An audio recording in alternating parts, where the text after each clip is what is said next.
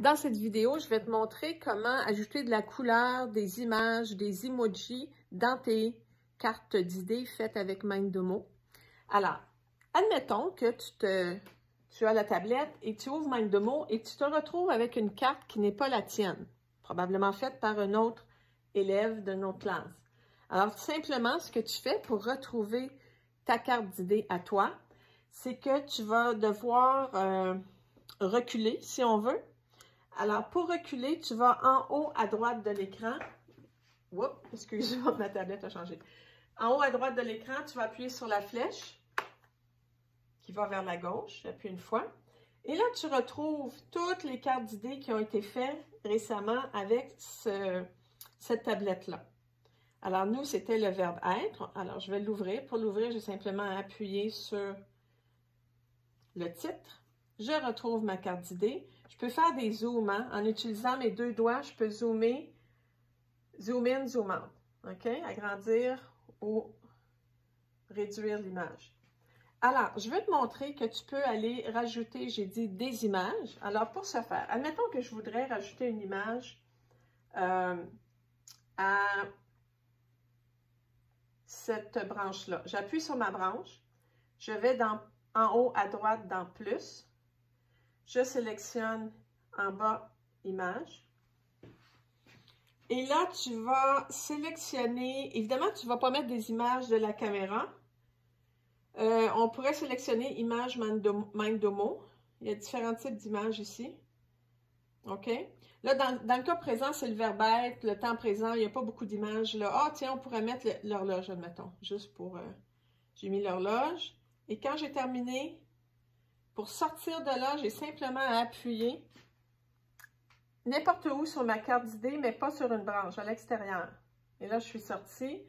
J'imagine que je peux aller rapetisser l'image, hein, parce que là, elle était pas mal trop grosse. OK? Donc ça peut être intéressant, surtout quand on fait des cartes d'idées sur des sujets qui sont concrets, qu'on peut voir.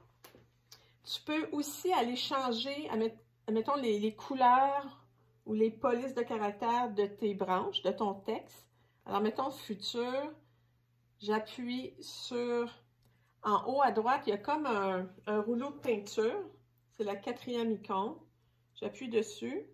Mettons, je veux mettre une couleur de remplissage. Couleur de remplissage, là, c'est du blanc par défaut. Mettons, je veux mettre du jaune. J'appuie sur le jaune. Pour voir l'effet, j'appuie à l'extérieur de ma carte. Et là, tu vois le fond, on a rajouté du jaune ici. Mettons, je veux le faire à toutes mes branches. Je peux aller le faire. Oh, oh non, là, je me suis trompée, j'ai fait le contour. Je vais recommencer. Tu vois, j'ai fait couleur de bordure. Moi, c'est couleur de remplissage. Parfait.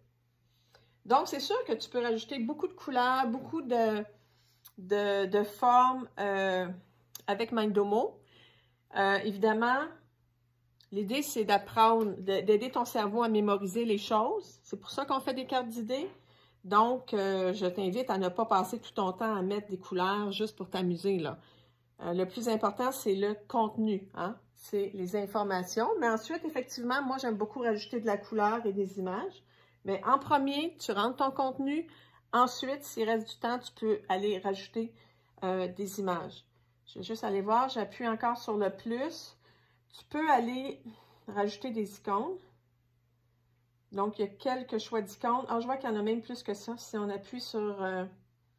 on peut aller si tu vas de gauche à droite, là, tu as différents... Tu as beaucoup de choix d'icônes, en fait. OK? Admettons que... Je vais sortir d'ici. Mettons que je me suis trompée. Mais j'ai fait quelque chose qui... Je sais pas, quelque chose s'est effacé. C'est pas ça que je voulais faire. Alors, c'est comme dans les autres programmes. Dans beaucoup de programmes, on a simplement à trouver la flèche qui indique un retour vers l'arrière. Et ça va nous permettre de défaire l'erreur qu'on a fait. Alors, mettons, je recule. Tu vois, je peux reculer beaucoup. Je peux tout éliminer ce que j'ai fait là. OK? Donc, on aime toujours ces fonctions-là dans les programmes. Je te souhaite une belle exploration de cette application qui est fort utile pour étudier. Dans la prochaine vidéo, je te montre comment envoyer ta carte d'idée à toi-même ou à ton professeur. Et en l'envoyant, bien, le professeur va pouvoir l'imprimer pour toi. Dans certains cas, ça peut être fort utile. Alors, on se revoit dans la prochaine vidéo.